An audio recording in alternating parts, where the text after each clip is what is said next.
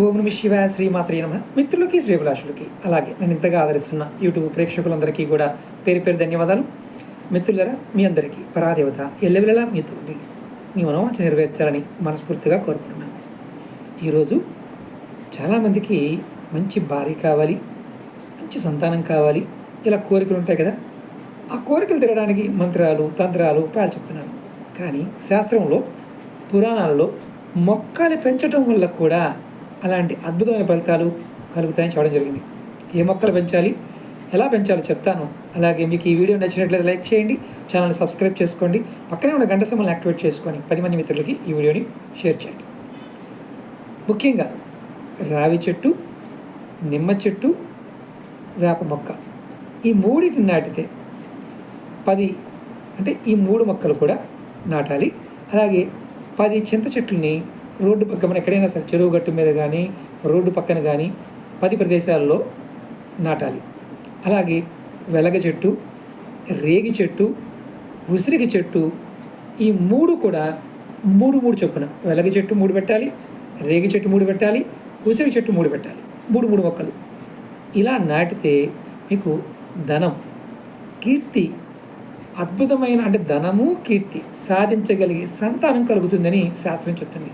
అలాగే చెడు మార్గంలో వెళ్తున్న సంతానం సరైన దారిలో కూడా వస్తారు. ఈ మొక్కల్ని సంతానం కోసమే కాదు, ఎవరైతే సంతానం కలిగారో వారు చెడు మార్గంలోకి వెళ్తే మంచి మార్గంలో కూడా ఈ మొక్కలు మీరు పెట్టి పోషించినట్లయితే ఖచ్చితంగా వారు సరైన దారిలోకి వస్తారు.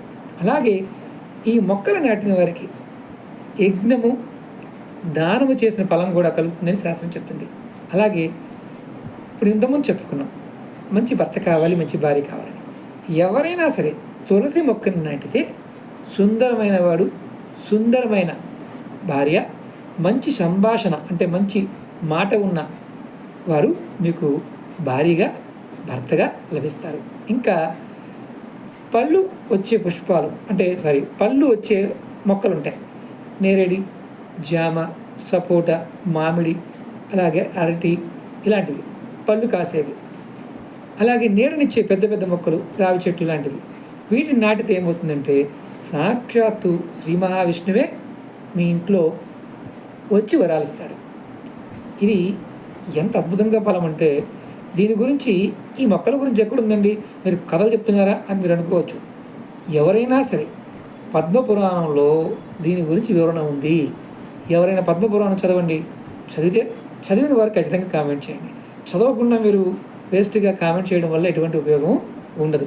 పద్మపురాణంలో మొక్కల గురించి కూడా చాలా వివరణాత్మకమైన విశ్లేషణ ఉంది. అలాగే మీకు ఈ వీడియో నచ్చినట్లయితే లైక్ చేయండి, ఛానల్ని సబ్స్క్రైబ్ చేసుకోండి, పక్కనే ఉన్న గంట సింబల్ని యాక్టివేట్ చేసుకొని ఈ వీడియోని 10 మంది మిత్రులకి షేర్ చేయండి. ఓం నమః శివాయ శ్రీమాత్రే నమః.